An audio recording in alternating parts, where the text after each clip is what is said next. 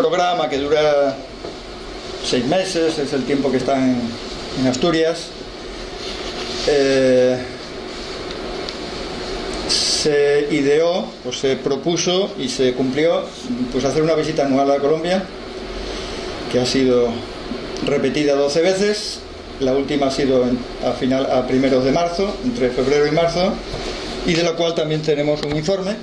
Cada una de ellas hay un informe, que algunas cosas os podemos contar y en todo caso compartir que ese informe, del cual dejamos un ejemplar en la vorágine, está colgado, ¿no?, en internet, en una página que se llama pachacuti.org, en Rebelión y en otras muchas, ¿no? Está disponible para si se quiere mirar cuál es el retrato que hemos visto de la delegación asturiana de 7 personas de ese periodo, finales de febrero, primeros de marzo. Por recordar un poquito, en aquel momento, pues aunque en nuestros medios no se haya reflejado mucho, en Colombia sí ha sido importante. En aquel momento pues había metido preso al hermano de Uribe, por ejemplo, el anterior presidente, que ya tiene un primo, ya tiene otros familiares que están en relación con las alianzas con los paramilitares. En aquel momento acababa de dimitir el general jefe de la policía, Palomino. ¿Por qué? Pues una red de prostitución masculina de la que tenía responsabilidad, con gente del Senado de la República. Eso no lo han contado en ningún medio nuestro por aquí, pues estaba ocurriendo en aquel momento, ¿no? Y en aquel momento en que la delegación asturiana estaba en Colombia, también asesinaron a Berta Cáceres en Honduras, y nuestra delegación pues había estado en el Casanare, en los diversos departamentos que visitamos, uno de ellos el Casanare, con la familia de una persona que tenía características muy similares a las de Berta Cáceres en Honduras, ¿no?, como defensor del medio ambiente, como defensor campesino, como activista y representante en algunas mesas institucionales, de nombre Daniel Abril, que lo habían asesinado en noviembre. Por lo tanto, eso también impresionó a la delegación asturiana, estar con la familia, que nos contaran en directo y que se hubiera truncado tan de golpe, ¿no?, la intensísima labor de este hombre en el Casanare, un territorio muy golpeado por multinacionales, entre ellas las del petróleo, y que en aquel momento había una enorme sequía, ¿no?, en el territorio. El gobierno decía, pues es culpa del cambio climático, es culpa del niño y de la niña. Los campesinos, las organizaciones decían, pero también es culpa de esa cantidad inmensa de meterse por la madre tierra y sacar sin permiso de las comunidades indígenas campesinas el petróleo y otros recursos, ¿no? Entonces hemos hecho 12 visitas, algunas pinceladas vamos a dar de la última. Hay un programa asturiano que ha acogido a 104 personas, que las 5 que están aquí, por dar un poco idea y también para recordar su memoria. 2 de ellos, a su regreso a Colombia, fueron asesinados. Luciano Romero, sindicalista de la Nestlé, despedido de esa empresa, en proceso judicial para su readmisión, pues a los pocos meses de regresar de Gijón, en Valledupar, fue asesinado. Tiempo después de ese asesinato resultó una sentencia en la que, como otras muchas en Colombia, se demuestra la relación entre grupos paramilitares y grupos de la policía, en estrecha relación, para detenerlo, para torturarlo, para tenerlo muchísimas horas por ahí de mala manera, hasta finalmente asesinarlo con muchas cuchilladas y tirarlo en un vertedero. Todo eso ya hay sentencia, no hay que especular sobre él, ¿no? Y otro compañero de nombre Henry Ramírez, que había sido presidente de un sindicato de sintrabucólicas, de las empresas de alcohol de allá, estatales, y que en ese momento, en 2010, era concejal del Partido Liberal, o sea, nada tan exageradamente de izquierda, ¿no?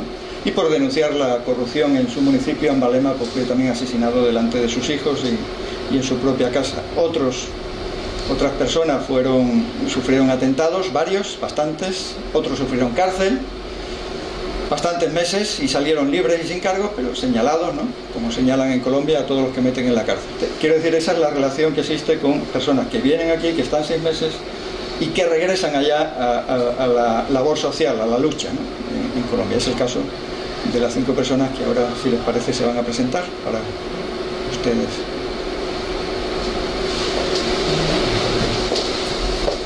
Muy buenas tardes. Mi nombre es Henry Villazón, pertenezco a la organización ANDAS. Soy de Valledupar. Por denunciar la muerte de mi hermano, que fue asesinado por el ejército, lo uniformaron y lo torturaron y vilmente lo asesinaron. Pues también llegaron a mi negocio que tenía en Valledupar y fueron a asesinarme. O sea, en ese momento pasó una patrulla de la policía. Estoy vivo. Y eso, de ahí me he desplazado a varias ciudades. También estuve en Venezuela como refugiado.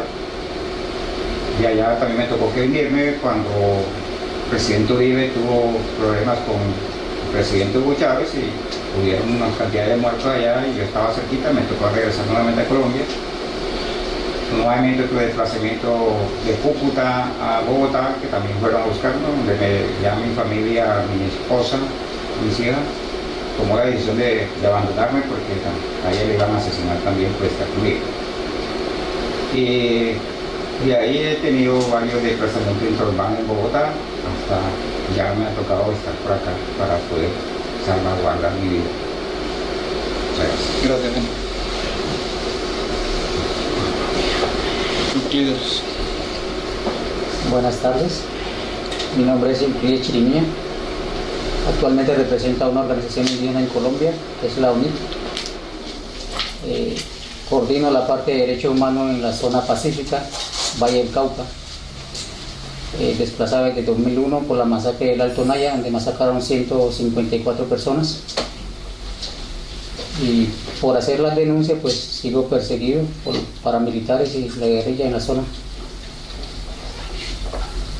Pues hoy me siento acá un poco protegido por parte del Estado europeo, pero estamos pensando pues ya en la nueva llegada en noviembre. Gracias. Buenas tardes, mi nombre es Darwin Gómez, vivo en el suroccidente colombiano, en el departamento del Huila. Pertenezco a la Red Proyecto Sur, que es una organización social que trabaja con indígenas, campesinos, con afrodescendientes y comunidades vulnerables. Nos hemos destacado por la defensa del territorio. En nuestro departamento hay 2 hidroeléctricas y plantean construir 5 más, y pues nosotros nos hemos opuesto rotundamente a esto. Yo fui líder estudiantil en el 2007, me tocó desplazarme a la ciudad de Bogotá durante casi 2 años, 3 años, y al retornar al departamento de donde soy, empezamos nuevamente a ser parte de los procesos sociales, y debido a esto, porque estamos afectando a áreas multinacionales, a la defensa del territorio, a proteger el medio ambiente, pues nuevamente he sufrido amenazas de parte de los grupos de autodefensa paramilitares, que aún existe. Es falso que ya no existan paramilitares en Colombia, todo lo contrario, hoy en día están más fortalecidos, y con la negociación que hay en La Habana se han venido ocupando los territorios que antes eran de la FARC también. Entonces lo que nos viene es todavía más peligroso de lo que había anteriormente en Colombia, y pues en este momento pues acá protegido por el momento, pero pues muy al pendiente de lo que está pasando en Colombia, porque mientras nosotros estamos acá, de una otra forma teniendo un respiro, nuestros compañeros los están matando en Colombia en este momento, en la movilización que hay, donde están indígenas, campesinos y afrodescendientes defendiendo el territorio. Buenas tardes, mi nombre es José Manuel Espinosa Pachón, represento el movimiento sindical colombiano. He sido víctima de hostigamientos, atentados, persecución por parte de los organismos del Estado, llámese policía, ejército, y por un escuadrón de policía que se llama el SMAT, que se caracteriza por perseguir a los defensores de derechos humanos, sindicalistas y líderes sociales. Darle mis más sinceros agradecimientos al gobierno español y aquí en Asturias por darnos la acogida al grupo que estamos acá en esta oportunidad. Muchas gracias. Gracias. Buenas tardes, saludo de parte de mi organización. Soy Andrés Narváez Reyes, soy miembro del Movimiento de Octubre. Estamos acá pues en una situación muy lamentable y hemos llegado acá ya pues somos perseguidos porque nosotros trabajamos socialmente con una persona más vulnerable y entonces en Colombia es un delito cuando nosotros reclamamos nuestros derechos, porque los derechos en Colombia han sido sometidos a un instrumento de guerra. Entonces allá, si nosotros reclamamos por la salud, reclamamos por la vivienda, reclamamos por la tierra, entonces es un delito, ¿no? Yo soy líder de restitución de tierra. En el 2014 sufrí un atentado, me dieron 4 tiros, 2 en mi pecho y 1 en cada mano, que tengo estos dedos que los perdí. Entonces, muy agradecido acá porque vivimos otro aire, vivimos otro ambiente que no es el mismo de Colombia, pero con la incertidumbre que va a pasar cuando nosotros regresemos. Si vamos a ser más perseguidos que cuando lleguemos aquí, porque acá pues nosotros estamos haciendo algo que allá no tenemos mucho, que es la denuncia. Nosotros denunciamos porque nos persiguen, nos matan, nos masacran, y eso es lo que nosotros hoy en día estamos pasando una situación tan lamentable, que una nación que debe de aportar toda un mecanismo de cómo elaborar la tierra, de cómo trabajar por la salud, de cómo trabajar por los derechos humanos, ellos desconocen eso, entonces empiezan a darle plomo a uno y echarle el pelo para adelante, ¿no? Entonces son las cosas que nosotros hoy en día no podemos soportar que con nuestro pueblo hagan esas cosas, y poner nosotros al frente a liderar las cosas, pues eso es un delito en Colombia. De todos modos, nosotros hoy estamos acá cogiendo un poquito de oxígeno, pero pienso mucho en el mañana cuando yo se me acaben estos 6 meses aquí. ¿Qué va a pasar conmigo en Colombia cuando no hay una garantía de protección para nosotros? No hay ese sistema que trate de calmar esa furia contra nosotros. Entonces es un problema que hoy en día pues, yo lo pienso mucho de noche, porque cuando yo regrese de aquí, los 6 meses que estoy viviendo aquí los puedo vivir con un poquito de oxígeno, pero cuando regrese allá, cuando sepa, se entiende que yo regresé de acá y que acá yo hice una serie de denuncias, porque acá nosotros podemos quejarnos y podemos poner nuestra situación entera de juicio, entonces ahí sí es verdad que nos van a aplicar la ley a nosotros, que Dios no quiera eso, pero hay ese sistema que se puede dar eso. De todos modos, pues nosotros, son cosas que a mí personalmente me van a levantar, y soy una persona que si muero en la lucha, pues morir me causa. Entonces, yo soy de una condición que no me agarro las cosas, y si me toca caer en el terreno, pero defendiendo unas ideas que son muy bolivarianas. Gracias. Gracias, Andrés. Bueno, el oxígeno de hoy ha sido el Cantábrico y de Santander. En estas 2 o 3 horas que estamos por aquí, no se pensaba, ¿no? ¿O quién de ustedes pensaba hace 6 meses que iban a estar en Santander el día de hoy? Conocer. Ya saben que en Colombia hay varios Santanderes. Bueno, pues da para otra conversación. Yo no sé si todo el mundo ha leído La Vorágine de los presentes.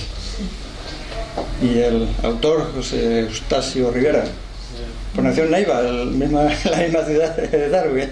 Digo, para acercar un poco, cuando hablan del caucho y cuando hablan de esa selva. Bueno, de la selva podemos hablar también. Si hay interés en conocer algún detalle del programa asturiano, lo comentamos después. El coordinador de ese programa es Javier Orozco, que nos va ahora a sintetizar algunas cosas, acercándonos al título de la charla, ¿no? La negociación y los derechos humanos, aunque una parte ya la han adelantado los testimonios de los compañeros.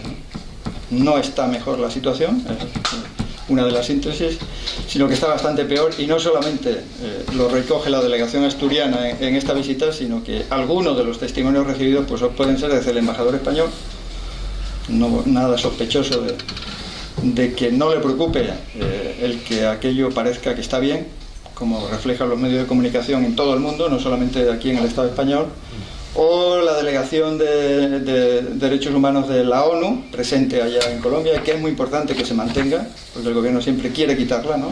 Que no haya testigos de esa envergadura, o los testimonios o los informes que han sido publicados recientemente, posteriormente a la visita asturiana.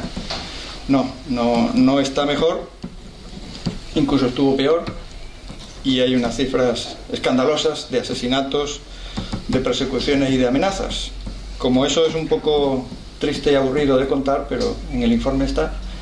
El informe tiene esa misión también, de tener ahí una cantidad importante de testimonios y de material para la memoria, e incluso los dos últimos informes, el del año pasado y el de este, incluso han servido de material para los que están conversando en La Habana, es decir, el gobierno y una de las guerrillas, la de la FARC. Se nos ha pedido y han sido presentados, al mismo tiempo que el resto de los años pues se presenta primero al Parlamento asturiano, cosa que ya se ha hecho, al Parlamento cuando esté nuestro, ¿no?, del Estado. Ahora estamos en campaña electoral, por lo tanto no tenemos, pero cuando esté el que surja, al Parlamento Europeo o al sistema de Naciones Unidas. Quiero decir que es una materia que ha estado sirviendo modestamente desde el departamento, como dicen en Colombia, de Asturias, pero para todos esos lugares. El que ha coordinado técnicamente la visita y el informe, Javier Orozco. Entonces, si te parece, tocayo. Muchas gracias a la Vorágine, a personas que no conocemos pero que las sentimos amigas, amigos de los derechos humanos, de la causa de los pueblos, y muchas gracias al tocayo Arjona, una persona por la que sentimos mucho respeto en Colombia, un referente de la lucha internacional, del internacionalismo. Nos ha acompañado en muchos viajes, en muchos peligros, ha asumido con nosotros muchos riesgos. Y creo que es justo decir esta tarde que el tocayo Arjona y su asociación Sol de Paz se la han jugado con nosotros durante 16 años, que no es poco, y en la etapa más dura de la guerra que no termina. Quiero decirles en segundo lugar que los compañeros que están hasta el mes de noviembre aquí en España tienen una decisión con sus organizaciones y una decisión personal, que es la de volver a Colombia. La diferencia entre los refugiados sirios, iraquíes, pakistaníes o afganos, incluso palestinos, es que en Colombia tomamos una decisión orgánica, y es que hay que volver a luchar. ¿Por qué? Nos han asesinado tantísima gente. En el mundo sindical, 3.074 dirigentes sindicales asesinados, solo en CUT, Central Unitaria de Trabajadores. En el mundo campesino, muchísimo más. En el mundo de los pueblos indígenas, pues medio milenio de exterminio. Y en el mundo de las comunidades negras, pues, ¿qué vamos a contar? Se tomó una decisión cuando se fundó este programa, hace 16 años, de que los colombianos no íbamos a optar por el exilio, por el asilo, íbamos a optar por refugios temporales que permitieran reubicación de compañeros, de compañeras, y en todo caso, las organizaciones colombianas no están dispuestas a enviar gente a Europa para que se queden a vivir aquí, sino que había que hacer un trabajo de diplomacia ciudadana por la paz y volver como compromiso organizativo y también personal a seguir en la lucha. 104 personas, 103 lo han hecho, y han matado gente al regreso, y ha habido muchos presos, y ha habido atentados, pero nosotros sentimos esa lucha como un compromiso, y ese compromiso nos lleva a que el programa asturiano tenga una peculiaridad, y es que los compañeros no vienen aquí a pedir asilo.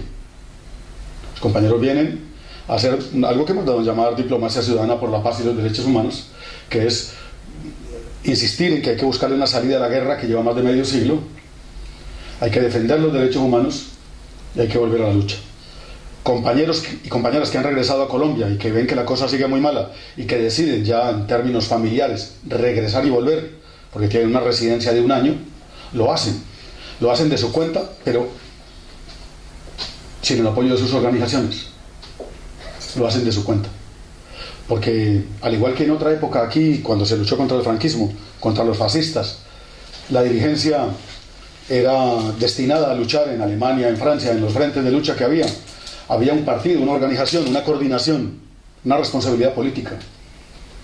Nosotros eso lo tenemos, lo conservamos, no porque lo hayamos aprendido de aquí, que también, sino porque es un compromiso con nuestros pueblos. Yo llevo aquí 16 años y cada año estoy en los frentes donde hay combate y lucha social, reivindicando la lucha, y en los frentes internacionales, con la responsabilidad que me dan, defendiendo derechos humanos y exponiéndome a los seguimientos de la policía secreta y de la policía española, que tanto el Servicio de Inteligencia como la Guardia Civil se han esmerado muchísimo con la policía secreta colombiana en hacernos la vida bastante difícil de vivir en Gijón, a mí y al compañero Arjona, cuyo nombre y asociación destaco. Paso al tema que nos ocupa, porque me parece pertinente precisar por qué volvemos. Y luego les quería decir me siento que me canso de pie, y además porque necesito unas notas para no alargarme, decirles que espero en unos 15 minutos contarles un conflicto de medio siglo. Comprenderán que se me va a pasar muchos temas, pero por lo menos situarnos en lo que ocurre hoy. Y empiezo al revés, que tal vez es más pedagógico. Ayer, amigas, amigos, estábamos con el embajador de la República Bolivariana de Venezuela en la Nueva España, periódico un periódico de Asturias, en su sede de Oviedo. Se esmeró muchísimo el ministro consejero de la República Bolivariana de Venezuela en explicar qué han hecho en Venezuela. 4 datos: pensiones para la gente de menos ingresos, vivienda para quien no tenga incluso cómo pagarlo, prohibidos los desahucios por constitución, y el referendo revocatorio del mandato del presidente de la República. Podría dar más otros datos. Desempleo inferior al de España, desde luego, y otros muchos. Pero hay una campaña tan impresionante en los medios de comunicación de Venezuela, de España contra Venezuela, que todos los días, cuando no es en la 3, en la 4, en la 1 o en donde te metas, y que te digo en las emisoras, que parece que el problema de España es Venezuela, no el desempleo, la corrupción rampante, incluso en la Casa Real y más cosas, que ¿qué les vamos a contar los suramericanos? Pero el ministro consejero ayer dejó muy claro que el problema que tiene Venezuela y el auténtico peligro es que están creando un clima de opinión pública que justifique una intervención extranjera en Venezuela. Y la están creando en donde deben crearla: en Estados Unidos, en Europa. En Sudamérica no, porque en Sudamérica mentiras nos echan pocas. En Sudamérica nos hablan de fútbol y de reinados, pero de que Venezuela es una debacle, pues desde luego no se atreven a contarlo. Y quería empezar por ahí porque el mundo está un poquito al revés en el tema de derechos humanos. Que el presidente español José María Aznar diga, saludando a un golpista que saluda al presidente Carmona en el golpe de Estado que duró 2 días, o que vaya Albert Rivera a enseñarle democracia y derechos humanos a un país en donde hay revocatoria del mandato, con un porcentaje muy, muy pequeño del censo electoral, y en todo caso inmiscuirse en los asuntos internos de ese país, pues a nosotros nos resulta un poco difícil de tragar. ¿Qué quiere que comentemos, amigas y amigos? Venezuela no es perfecta, pero en todo caso no es peor que Colombia, a la cual me voy a referir. ¿Y por qué no sale Colombia en los medios? ¿Por qué sale Venezuela, justamente? ¿Por qué no sale Colombia, cuyos datos voy a intentar compartir y que en todo caso los verán en extenso en este informe, que es un informe que va a Naciones Unidas, a la Organización de Estados Americanos, y que ya lo tiene en su poder el gobierno colombiano? Segundo dato por el que quiero también comenzar estos comentarios. En Colombia hay una enorme movilización campesina, indígena y negra en marcha. ¿Qué piden los campesinos colombianos? Pues lo que ya hay en Venezuela: un programa de reforma agraria, de redistribución de tierras, de respeto del territorio indígena, de derechos para los pueblos negros. Pero en Colombia la movilización social, a pesar de estar protegida por las leyes y la Constitución, es reprimida con enorme violencia. En las huelgas campesinas de hace 2 años fueron asesinados 14 personas. Lo digo de nuevo, 14. Apresados 500.000 y heridos otro tanto. En la de este año las cifras van por la misma traza. Eso no sale en los medios de aquí, ni saldrá, porque los medios de comunicación que dicen verdades a medias aquí y mienten allí son los mismos: Prisa y Planeta. El grupo Prisa, que controla en Colombia, aquí controla lo que controla, sabéis que controla aquí el grupo Prisa, y si no lo hablamos. Y allí controla el periódico El Tiempo, que es el periódico de la familia del presidente de la República, fundado por los abuelos, o sea, allí no hay monarquía, pero como si la hubiera. 4 o 5 familias heredan el gobierno y la jefatura de Estado, porque allí todo está junto. Controlan Caracol Radio, Caracol Televisión, multitud de revistas y el grupo Planeta Editores, que es socio mayoritario del periódico El Tiempo, del diario El Tiempo, de la familia del presidente Santos, que es el periódico del anterior vicepresidente y es el periódico del abuelo de ellos, que a su vez fue presidente. En algún lugar está la verdad. Nosotros no vamos a decir aquí que la nuestra sea la verdad. Simplemente les digo, este informe se basa en testimonios de terreno, en áreas de conflicto social y de conflicto armado, y lo que decimos es la verdad de las víctimas. Y si eso tiene un valor, por favor escúchenos. Y lo que voy a decir a continuación es: la historia de Colombia está marcada por la violencia desde hace muchísimo tiempo.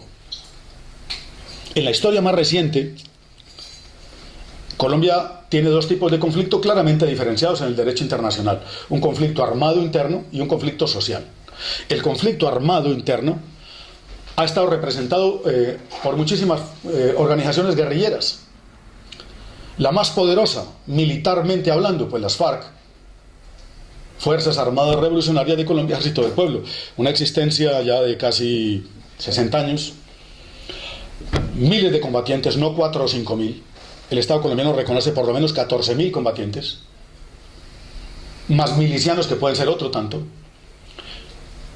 El Ejército de Liberación Nacional, una guerrilla grandísima, una guerrilla que puede tener 5 o 7.000 combatientes o más, y milicias, una estructura distinta, un ejército que no está derrotado.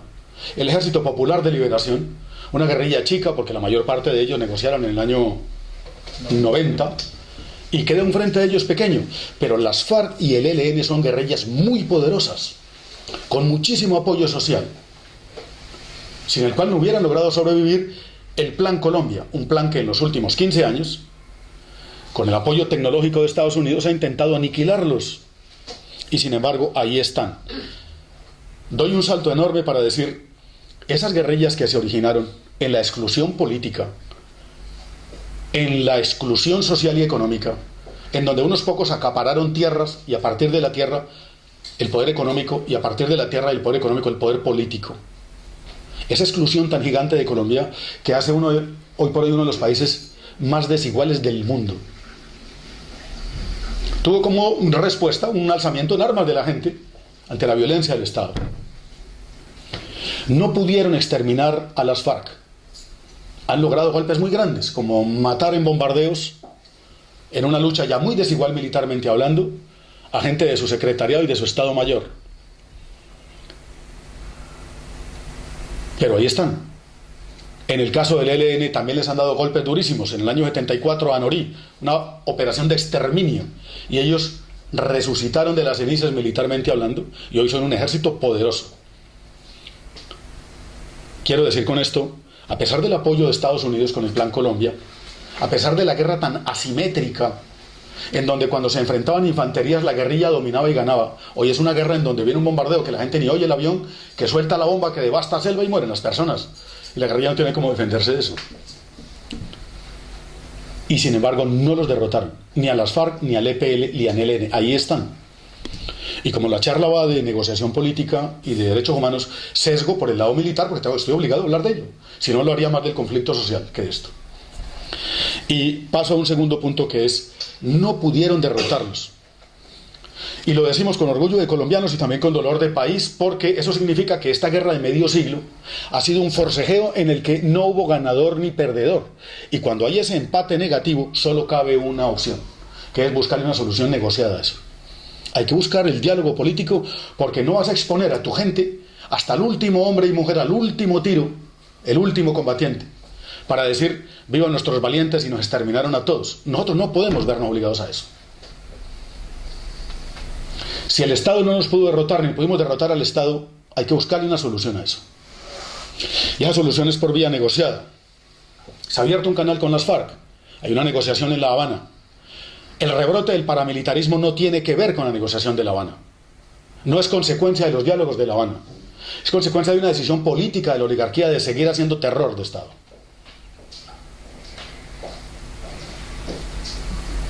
Y esa consecuencia política de seguir haciendo terror de Estado se manifiesta en que la visita asturiana comprobó hace 3 meses una reparamilitarización tremenda en las áreas donde la guerrilla de las FARC ha decidido de manera unilateral dejar de usar una actitud ofensiva, y el Estado, solo desde el mes de abril del año pasado, ha cesado bombardeos.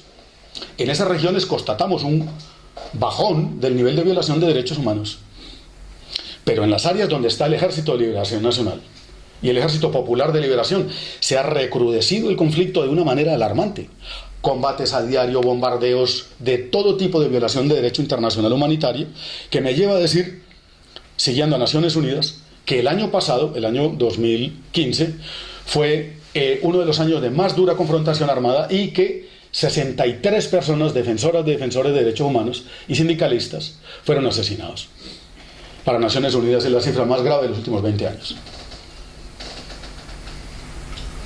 Para Naciones Unidas es la cifra más grave de los últimos 20 años.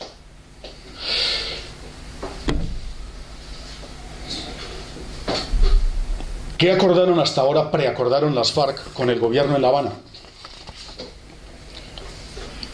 Primer punto, hacia un nuevo campo colombiano, reforma rural integral. Las FARC asumen, porque es una guerrilla de origen campesino, la bandera de los campesinos de la redistribución de la tierra, y ponen sobre la mesa como primer punto una bandera campesina, redistribución de la tierra, por lo que hay movilización hoy y esta semana. ¿Que coincide la guerrilla con los campesinos? Pues claro, es que la guerrilla tiene origen en el movimiento campesino. Segundo punto, participación política, apertura democrática para construir la paz. ¿Por qué? Porque los partidos políticos de oposición son asesinados. Los dirigentes políticos de oposición son masacrados. Punto 4, solución al problema de drogas ilícitas. Punto 5, acuerdo sobre víctimas del conflicto. La negociación que están llevando las FARC en La Habana con el gobierno reivindica los puntos principales de la lucha de los pueblos. Y hay unos preacuerdos. Sin embargo, se está negociando sin cese del fuego y sin tregua ni cese de hostilidades, lo cual es muy, muy peligroso. ¿Qué pasa con el Ejército de Liberación Nacional? Una guerrilla invicta, una guerrilla con enorme apoyo social, con muchos frentes de guerra y con dominio sobre muchas regiones, en donde son ellos el Estado. O sea, donde ellos dirimen problemas administrativos, problemas judiciales y de pelea entre vecinos. Porque desde hace medio siglo son la autoridad en las regiones. Y tienen un enorme apoyo social. Pero con el ELN el gobierno colombiano se ha negado a negociar. Solamente lo aceptó hace unos pocos meses y esas conversaciones no han empezado. Con el Ejército Popular de Liberación, lo que quedó de él, después de las negociaciones del 90, ni siquiera se ha empezado a hablar. Y ahora paso a la última parte de estos comentarios para que conversemos. ¿Qué peligros tiene todo esto? El principal peligro es que el Estado colombiano, en la mesa, por lo menos con las FARC, está hablando de que la guerrilla le entregue las armas, pero el Estado colombiano no se está comprometiendo efectivamente a desmontar el paramilitarismo. Y eso lo va a hacer con el ELN seguro. No creo que cambie de actitud negociando con una guerrilla de menor tamaño lo que ya impuso a una guerrilla de mayor tamaño. Lo digo para que lo discutamos. Si con las FARC digo no está en discusión el modelo económico, ni la seguridad del Estado, ni los derechos de propiedad, no creo que vaya a cambiar de actitud en una negociación con una guerrilla a la que militarmente considera menor. O sea, así de claro es el tema. ¿Cuál es la diferencia entre una posible negociación entre el ELN y las FARC? Que el ELN se plantea no como una vanguardia político-militar, sino como una parte de un pueblo en armas, en lucha. Y entonces le dice al gobierno, no negocie conmigo negocie la parte militar. Negocie con los campesinos, los indígenas, los negros y los sindicalistas el tema social, que es por donde quiero terminar esta conversación, que es el conflicto social. Conflicto social que en Colombia se expresa en huelgas de obreros. El movimiento sindical en Colombia es muy importante, muy importante. Tan importante como que la estatal de petróleo la creó un sindicato, no la patronal ni el Estado. Como que en escenarios como la Organización Internacional del Trabajo, la Central Unitaria de Trabajadores CUT, que es la mayoritaria en Colombia, es vista como la central más perseguida del mundo y a la vez como uno de los sindicatos con unas reivindicaciones más claras, que no son laborales. Allá no se hacen huelgas por salario, La gente hace huelgas para que no se privatice la educación, la salud, la electricidad. Hay obreros muriendo defendiendo los servicios públicos. Hay dirigentes sindicales haciéndose matar para que el Estado respete, no la segunda prima, las 14 pagas, mucho más que eso, la soberanía del Estado, la soberanía de los pueblos y reivindicaciones básicas. El último comentario que quiero hacer es, tenemos un peligro muy serio, porque la extrema derecha colombiana no renuncia a su agenda de guerra terrorista de Estado, de guerra encubierta, de utilizar aparatos paramilitares para perseguir opositores. No renuncian a esa estrategia. Llaman a la paz, llaman al diálogo y lo aceptan, porque no pudieron derrotar la guerrilla. Y les reconocen que son fuerza beligerante, con sus 3 condiciones: tropa, control territorial, estructura vertical con capacidad de mando y apoyo social. Hoy lo reconocen como interlocutor político, desde luego lo reconocen como interlocutor, como opositor armado. Pero el movimiento social está en un enorme peligro, amigas y amigos. Porque mientras el gobierno conversa con una de las guerrillas en La Habana, no abre canales de diálogo efectivo con el movimiento social y les persigue a muerte, diciendo que son terroristas, que es un paro armado, que lo orientó el ELN, que lo orientan las FARC. O sea, siempre que haces una lucha dicen, la guerrilla te mandó a hacer esto. Y la gente dice, la guerrilla me mandó a aguantar hambre. La guerrilla me dice que salga a reclamar porque no tengo dónde poner un pitucaleya, como dicen los asturianos. ¿No? ¿Dónde vivir? No. Es la necesidad la que me impulsa. Pero se estigmatiza, se señala el movimiento social para luego justificar una represión en masa que ha significado exterminio de pueblos indígenas, exterminio de dirigentes y sindicatos, exterminio de organizaciones políticas de oposición. Este año, entre el 26 de febrero y el 30 de abril, 29 opositores sociales y políticos han sido asesinados en Colombia. Y termino diciéndoos, ¿y si esto pasa en Venezuela?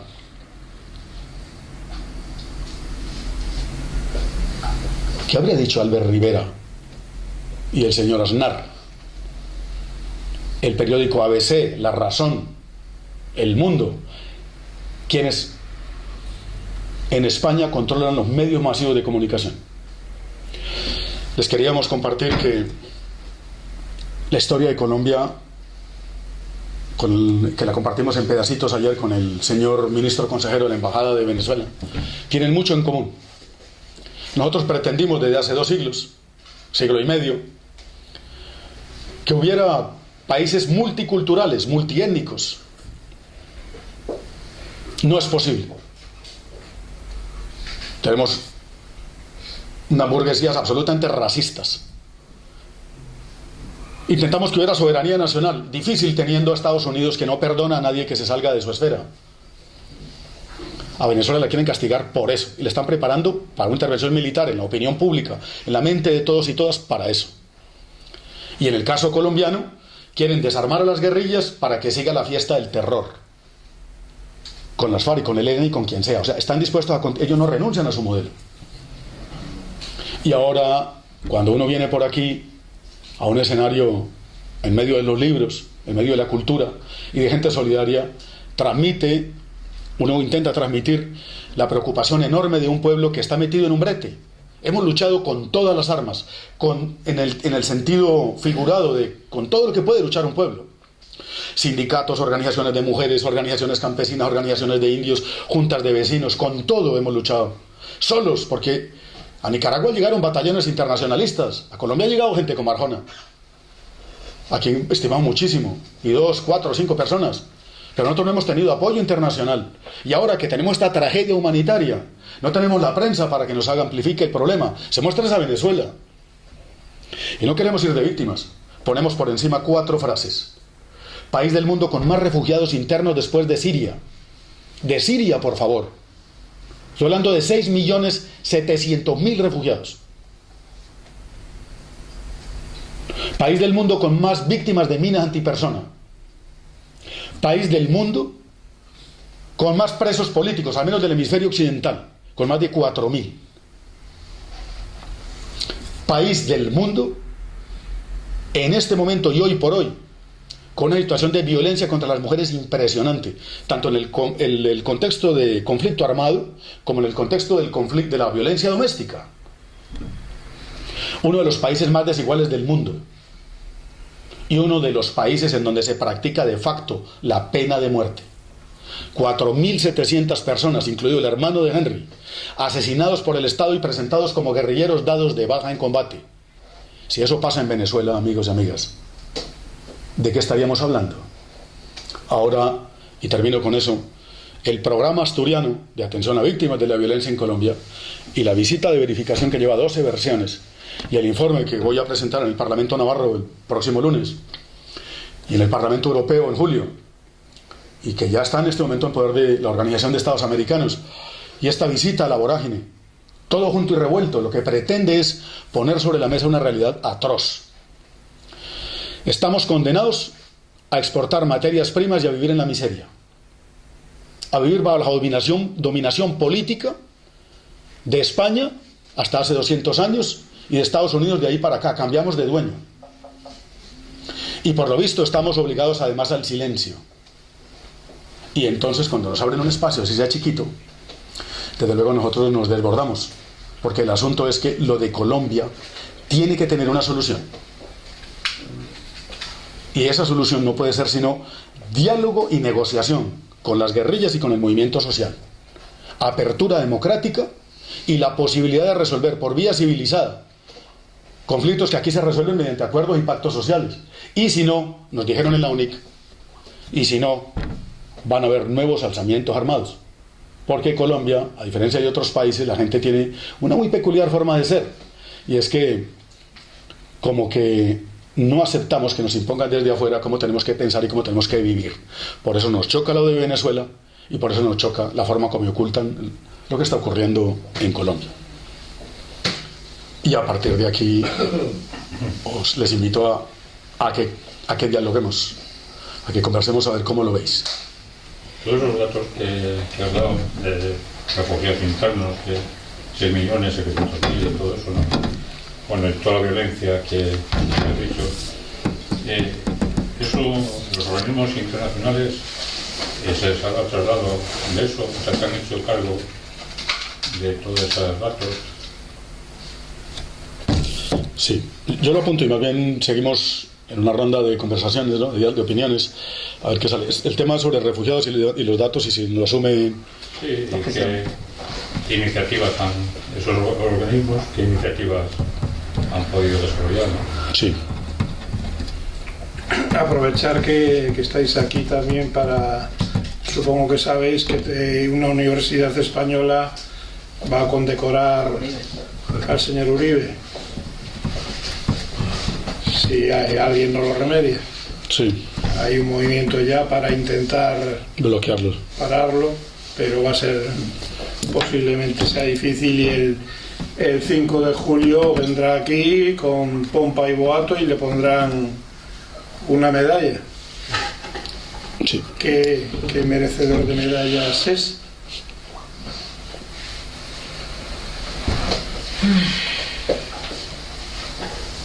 Sí, sí. Quería decir si parece que hay unanimidad o mucha proximidad entre el campesinado y las guerrillas, los grupos guerrilleros, los grupos que luchan con... ¿Por qué no hay un frente común más amplio? ¿Por qué las negociaciones son con un grupo aquí, otro allí, y luego la parte social como independiente? ¿Por qué no hay un frente común entre las guerrillas o las defensas de estas cosas y lo social, ¿no? Hacer más fuerza. Muy importante.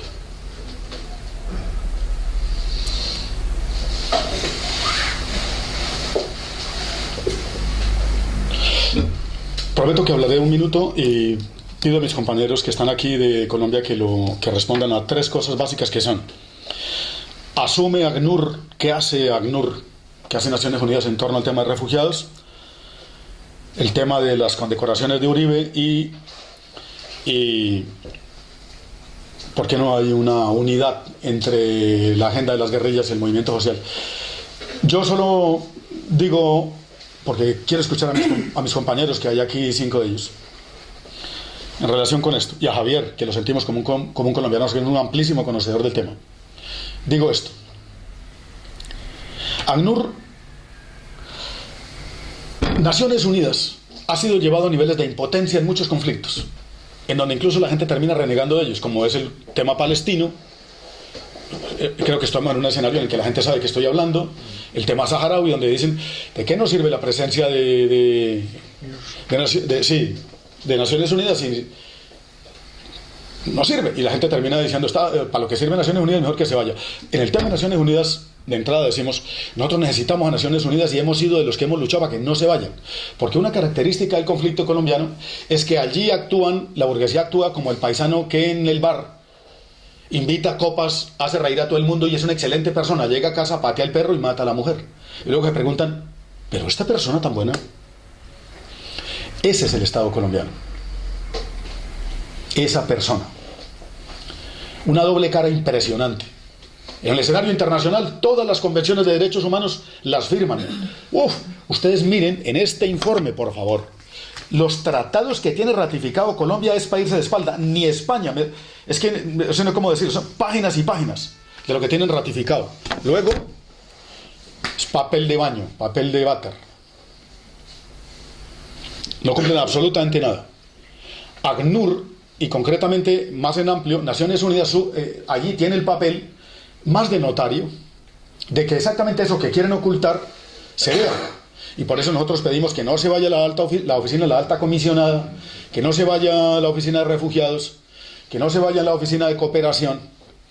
No porque estén resolviendo ningún problema, amigos, no por eso, sino simplemente porque, como nos tienen tan oculto este problema, nos ayudan a visibilizarlo. Cuando Javier y yo salimos por el mundo a contar cosas, decimos, lo dice Naciones Unidas, porque como a nosotros no nos creen, lo dice Naciones Unidas. Entonces como que ya uno se arrima un palo que da más sombra. Es por eso. En el tema de refugiados, Naciones Unidas no hace un carajo en Colombia. O sea, más que contar la gente que sale y llevar la estadística y ayudar a llevar... Es que ni siquiera el tema de alimentario, porque el Estado colombiano aparece tan sobrador que no necesita ni que le lleguen comida a los refugiados. Naciones Unidas no juega un papel más allá del de dejar testimonio, que no es cualquier cosa en el tema colombiano, y contabilizar los asuntos. Para nosotros eso es suficientemente importante. 2. En el tema de las condecoraciones a Álvaro Uribe, voy a ser ahí muy fuerte en el calificativo, entre fascistas se entienden. Lo digo por la señora Teófila Martínez, alcaldesa de Cádiz. Le ha dado dos condecoraciones al señor Uribe, entre ellas el Premio Cortes de Cádiz a la Democracia y la Libertad. Y hemos pedido que se le revoque, y hasta hicimos recogida de firmas y todo. Pero ella, muy oronda y a nombre de su pueblo, ha condecorado al presidente Uribe, al expresidente Uribe, que está presentado como responsable de crímenes de guerra en la Corte Penal Internacional, por ejecuciones extrajudiciales y por crímenes de guerra y de lesa humanidad. Pero vaya, usted convenza a doña Teófila Martínez de que eso es injusto, porque tiene el apoyo del Partido Popular y han dado ese premio y ya está. Luego tuvo otro premio, que no me acuerdo Javier cuál fue, pero sé que tuvo otro premio internacional, Uribe, lleva 2, aquí en España, y este sería el tercero, no es la primera vez que lo dan, y lo dan en esta tierra justamente, y lo da una universidad para acabar de, vamos a hablar a los colombianos, para acabar de joder, para acabar de completar. Desde luego que hay que oponerse a eso. Álvaro Uribe no merece un premio en términos de derechos humanos, ni de libertades, ni de democracia. Este es un hombre que lo que merece es un juicio internacional y responder en una corte penal internacional por lo que ha hecho él y su familia, porque su hermano está preso por paramilitarismo, que son responsables de crímenes de guerra, horrendos crímenes de guerra. Hay una campaña en internet para aportarle firmas, no me acuerdo qué página se llama, pero ahí estamos reportando firmas a eso. En Change, ¿no? Change o change.org está circulando el tema, y yo creo que debiéramos un poco potenciar desde la vorágine, y los amigos y amigas que están aquí, firmar eso, avisarle a algunos amigos. Faltaban como 1000 firmas según vi yo anoche, para que eso tuviera un nivel de interlocución tal que pudiera ser presentado no sé dónde. Y por último, el tema de la proximidad entre las guerrillas y el movimiento social, y por qué en los diálogos no se hace unidad de acción y por qué lo social va un poco aparte. Es muy difícil de explicar eso. Yo no soy capaz de hacerlo solo, y pido a mis compañeros que lo intenten. Yo solo tengo una explicación para mí, la mía, la comparto con mucha honestidad, porque los alzados en armas tienen prioridades que no son las mismas del movimiento social. Los alzados en armas necesitan una solución político-militar inmediata. El movimiento social tiene una lucha de larguísimo aliento, de muy larga perspectiva, que si la guerrilla espera que resuelva lo social, pues pueden ser exterminados por la guerra asimétrica que hay. Y aún no han sido derrotados, y no se les debe someter a esa posibilidad. Segundo argumento, porque la lucha social lleva sus propias dinámicas, y mucha gente dice: yo no me siento interpretado por la guerrilla aunque lleve mi agenda a la mesa. Por ejemplo, los indígenas se han declarado neutrales en el conflicto armado, y dicen: nosotros no estamos ni con la guerrilla ni con el Estado. ¿Con quién estás tú? Dicen: nosotros estamos en la defensa de madre tierra y de nuestra concepción de tierra y territorio. Y eso es absolutamente respetable. Con lo cual te doy otro argumento, ¿no? Que es porque los pueblos no se dejan representar por la guerrilla. Hay pueblos como los indígenas que dicen: nosotros no representan ninguna guerrilla, ni FARC ni ELN, somos autónomos. Y te doy un tercer argumento y termino con eso, porque aunque la guerrilla firmara con el gobierno actual reforma agraria, muchas reformas en favor de la población, reforma laboral, luego el gobierno viola esos acuerdos, como lo hizo en Guatemala, Nicaragua y Salvador. ¿Y quién es el que tiene que salir a defender eso? Pues el movimiento social, el movimiento campesino, los sindicatos, los barrios, la juventud, los estudiantes, los catedráticos, las mujeres, los jóvenes. Resumen, y termino con eso. Porque la guerrilla y el movimiento social, aunque reivindiquen los mismos asuntos, no llevan los mismos ritmos ni las mismas prioridades. Y dos, y último, porque la guerrilla colombiana, como casi toda la izquierda del mundo, no es unitaria, y allí cada quien lleva su propia agenda. Y la guerrilla es bastante, la izquierda en el mundo es bastante caníbal, y unos con otros intentan posicionarse primero que los demás. Y entonces intentamos minimizar o las cifras o las banderas para ponerse uno adelante. Y Colombia no es ajeno a eso, a pesar de su heroísmo, de su pueblo tan heroico. Pues la izquierda tiene lo mismo que puede tener la izquierda de aquí, ¿no? Que cada quien se sienta en su verdad y desde ella pontifica. ¿Y cómo ponen de acuerdo eso? Entonces hemos buscado acuerdos de mínimos, y los acuerdos de mínimos son solución política negociada del conflicto y garantías para el movimiento social. Es decir, que no te maten por reivindicar derechos laborales o sindicales. Pero la pregunta tuya es una pregunta absolutamente clave, y es la pregunta que puede dirimir sí o no si Colombia va a tener paz. Y paz no es que se acabe la guerrilla, desde luego. Paz es si se va a poder resolver los problemas que originaron la guerra, y eso está en duda. Frente a lo que plantea la compañera, hay que diferenciar también las formas de construcción, ¿no? Si bien es cierto, pareciera que hubiera un solo objetivo de las guerrillas, las formas de construcción son muy diferentes. La FARC es una estructura más vertical, es un ejército que como tal su estrategia ha sido copamiento de territorio, y eso ha hecho que, a pesar de que ha copado territorio, ya tenía injerencia muchos años dentro de una comunidad, la comunidad no lo reconoce como tal porque no ha habido de pronto un trabajo político, que se dedicaron más a lo militar. Eso por una parte. El Ejército de Liberación Nacional tiene otra forma frente a su estructura, a pesar de que es un ejército, ¿sí? No es un ejército de copamiento de territorio, sino va más involucrado frente al trabajo social, frente a lo que plantean de poder popular, y frente a que la gente abra los ojos y sea la misma gente la que busque la forma de poder liberarse del yugo que tenemos en el país, ¿no? Eso por una parte. Por eso el gobierno, para poder tratar de solucionar el conflicto armado, busca la guerrilla más grande militarmente para negociar con ella directamente de ejército a ejército. Y por eso, dentro de esas discusiones que han habido en La Habana, la crítica más grande que tiene el movimiento social es que no ha sido tomado en cuenta frente a las decisiones que se están tomando dentro de La Habana, ¿sí? No ha sido consultivo, llevan un año haciendo agenda oculta, y fue mediante la presión del movimiento social que logran sacar como esa agenda a que sea más pública, ¿no? Pero eso no quiere decir que con el hecho de que 10.000 personas armadas entreguen las armas vayas a ver la paz en Colombia, ¿no? Porque el movimiento social, la parte social, está peor de hace 52 años que la insurgencia se levantó, ¿sí? Antes de 52 años se levantaron por la reforma agraria, por la distribución de la tierra, pero hace 52 años las multinacionales no tenían las puertas abiertas de par a par, como si la tienen a partir del 90, cuando se abre la agenda de, ¿cómo es que se llama?, de la que hizo Gaviria, la apertura económica, ¿sí?, que luego se ejecuta más fuertemente ahora en estos últimos años con los tratados de libre comercio, que es lo que nos tiene jodidos realmente y empobrecido fuertemente el pueblo colombiano, porque hay una competencia desleal, primero con Estados Unidos, ahora con Europa, el tratado de libre comercio, y nuestros campesinos no tienen subsidio para ser competitivos, y lo que quieren es realmente acabar con el campesinado, porque como no tiene una protección constitucional, no aparecen, no existen, y lo que quieren meter que las multinacionales con la agroindustria sean los que sigan dominando los territorios. ¿Qué ha pasado con las negociaciones con la FARC?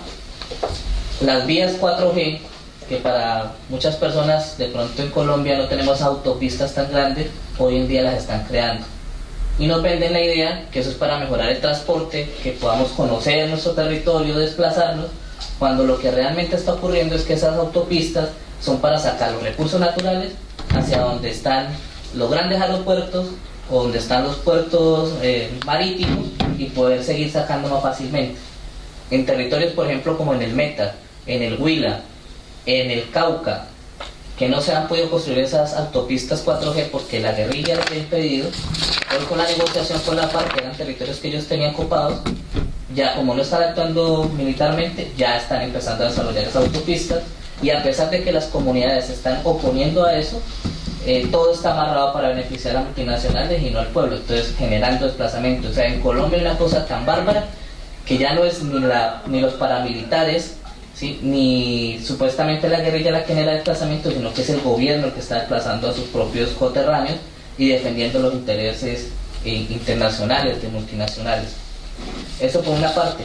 Hubo un momento en la historia que el movimiento insurgente iba muy de la mano con los movimientos sociales, ¿sí? Podemos decir que fueron fortalecidos, acompañados, pero con la llegada de Álvaro Uribe Vélez al poder, ¿sí?, cuando él incrementa todo el poder paramilitar y lo fortalece y se toma el parlamento, ¿sí?, lo que hace es empezar a decir que a las guerrillas, para derrotarlas hay que ahogarlas, y ahogarlas es que hay que acabarle ese movimiento social que tienen. Entonces, ¿qué pasaba? Sitios que tenía la guerrilla copada, que por muchos años, llega el paramilitarismo, bueno, con el ejército, rodean a las guerrillas, los matan a ellos, y después de que los matan o los desplazan o los sacan corriendo de nuestra forma, entonces acaban con toda la base social, con listas en mano, llegaban casa por casa ejecutando cualquier persona que hubiera tenido algún tipo de vínculo con la guerrilla, e implantan un poder de terror frente a la población. Casos tan horripilantes como en el sur de Bolívar, en la Teta de San Lucas, a un señor le cortan la cabeza delante de toda la comunidad en el parque. Los paramilitares juegan fútbol con la cabeza del señor, estando la comunidad presente, luego cogen una estaca y ponen la cabeza y dicen: allá están los helenos, hacia allá vamos a ir, para generar terror. Entonces el movimiento social le ha tocado, para poder sobrevivir, empezar a generar sus propias lógicas de construcción, sus propias estrategias para poder llegar y avanzar. Del gobierno de Álvaro Uribe, el movimiento social estaba roto, mandó desaparecido. Y eso quiere decir, y muestra el poder que tiene el pueblo colombiano de resistencia. Pero se han dado cuenta que no es fácil que los indígenas anden por un lado, que los afrodescendientes anden por otro, que los campesinos anden por otro y que la gente de los sectores populares anden por otro. Desde hace 3 años se logra la consolidación de un proyecto social que no tiene partido, que no tiene una injerencia electoral, que se llama la Cumbre Agraria Étnica y Popular, ¿sí?, que fue la que impulsó el paro del 2013, que aportaba al compañero de 14 muertos, detenidos, una cantidad de heridos, pero logra sentar al gobierno a que se siente en una mesa a empezar a mirar posibles soluciones para el movimiento social. ¿Qué sucede?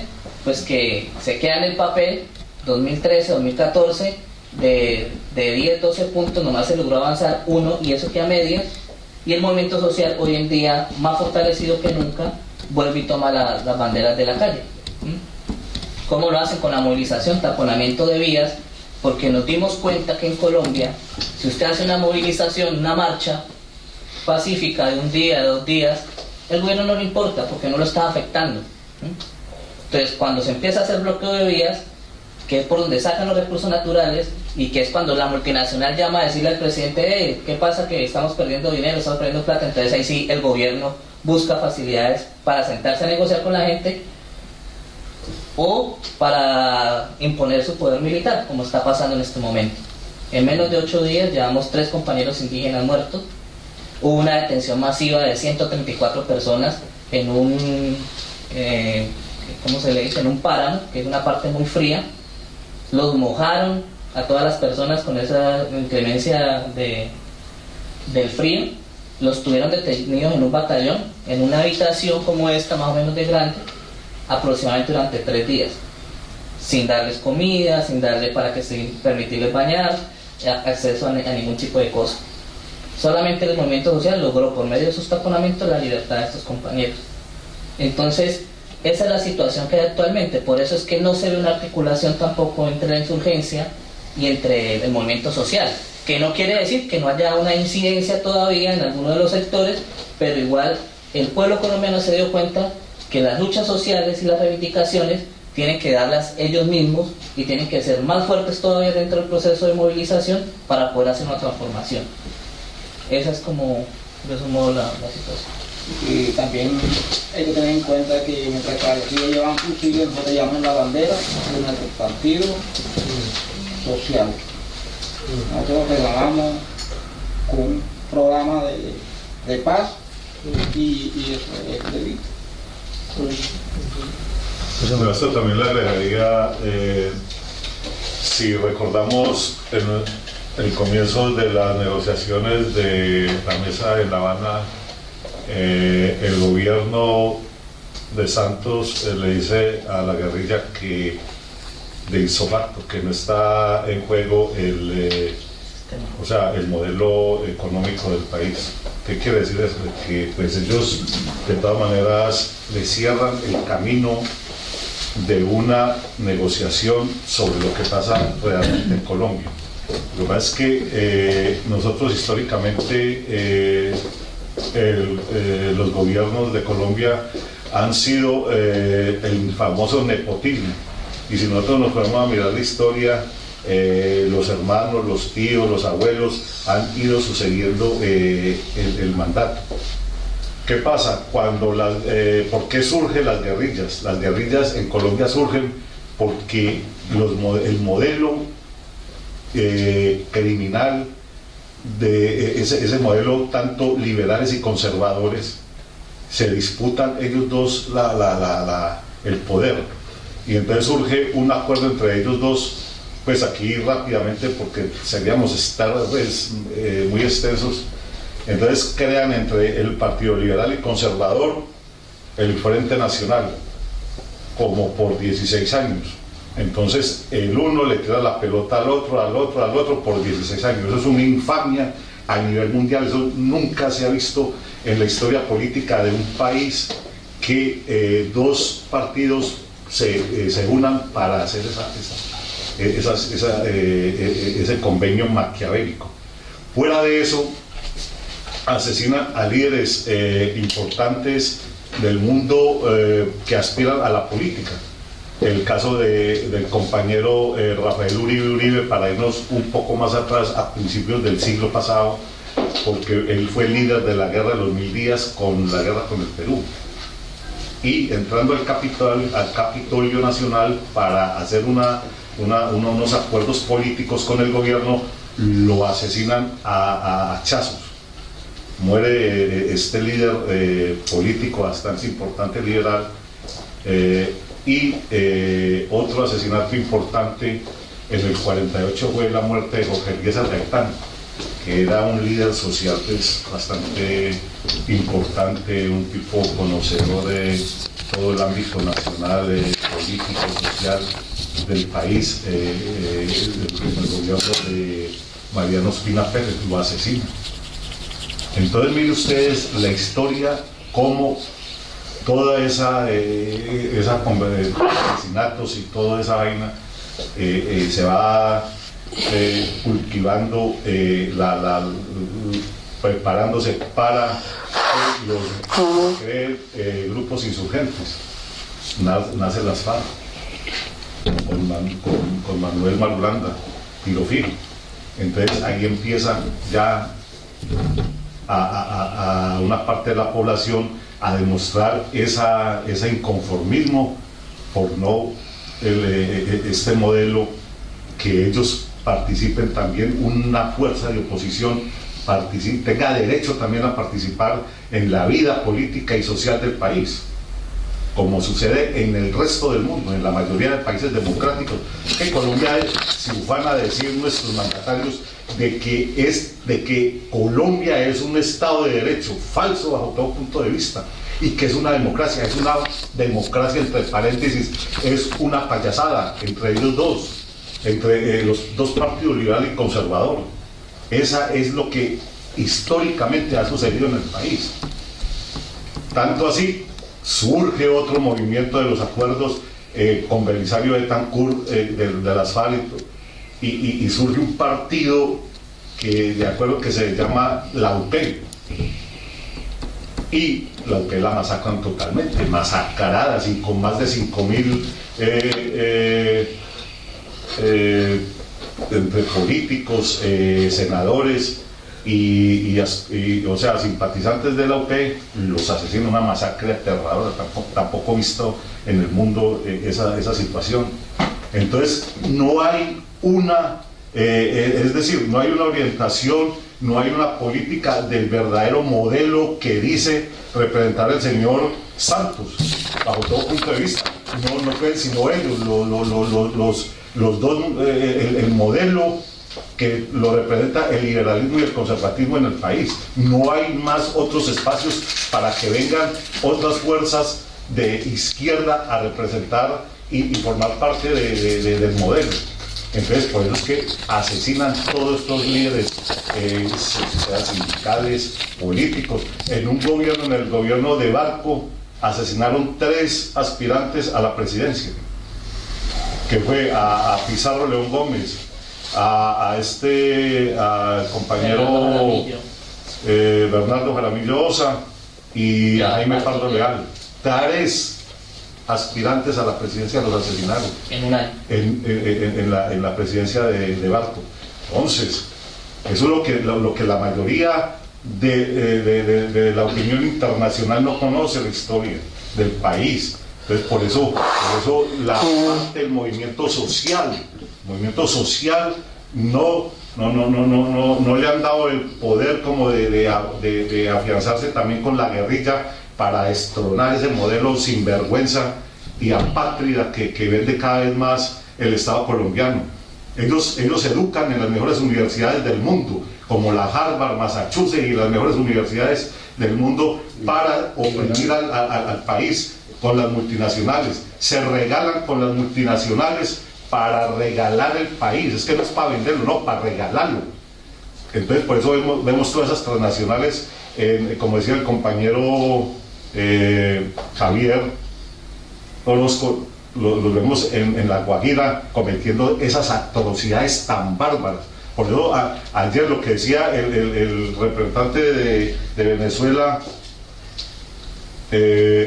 sobre lo que están haciendo, digamos, en el ámbito internacional, esa política de desprestigio para Venezuela. ¿Por qué no lo hacen con Colombia? Cuando en La Guajira se mueren niños de hambre y falta de agua potable por las inclemencias del tiempo. ¿Por qué? Porque allá las transnacionales, las multinacionales desviaron el río Ranchería y acabaron con la población de los guayú. Entonces, eso tampoco lo sabe el mundo.